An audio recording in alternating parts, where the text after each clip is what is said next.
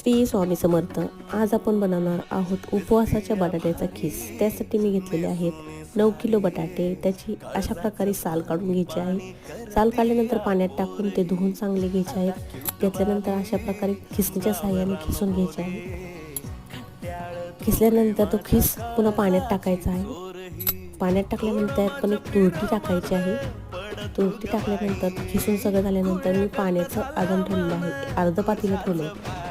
अर्ध पातेल्याला उकळी आणि त्याच्यात मीठ टाकायचे, जराशी तुरटी टाकायची. उकळी आल्यानंतर तो बटाट्याचा खीस आपण केलेला आहे तो टाकायचा आणि टाकल्यानंतर तो लगेच एका उकळीत शिजतो. तो काढायचा आणि अशा प्रकारे सुकत टाकायचा आहे. बघू शकताय माझे व्हिडिओ. आणि नंतर सुकल्यानंतर बघू शकताय किती सुंदर उठलेला आहे. कुरकुरीत असा छानपैकी उपवासाचा खीस झालेला आहे. कसा वाटला व्हिडिओ? लाईक करा, सबस्क्राईब करायला